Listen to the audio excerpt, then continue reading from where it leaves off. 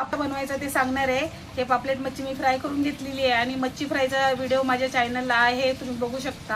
आता आपण वाटण लसूण घेतलेलं आहे, हे अद्रक टाकते आणि हा अख्खा मसाला आहे हा टाकून देते। कच्चाच आहे, ह्याला काही मी तेलामध्ये फ्राय केलेलं नाही आहे। आणि थोडंसंच खोबरं, हे मीडियम साईजचे 2 कांदे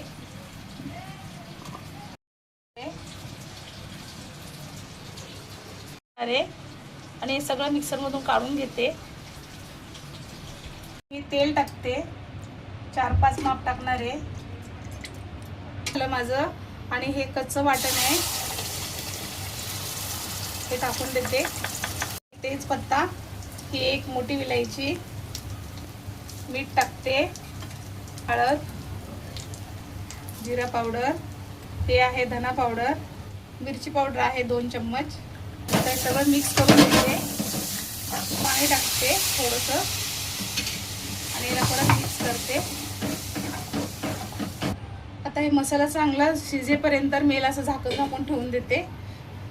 तिला 5-6 मिनिटं ठेवलेलं आहे बघा। मसाल्याने मस्त तेल सोडलेलं आहे, मसाला माझा चांगला फ्राय झालेला आहे। बटाटे टाकणार आहे, आज मच्छीमध्ये बटाटा टाकून बनवणार आहे।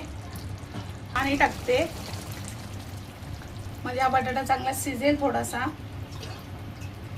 5 मिनिटं 10 मिनिटं ठेवणार आहे।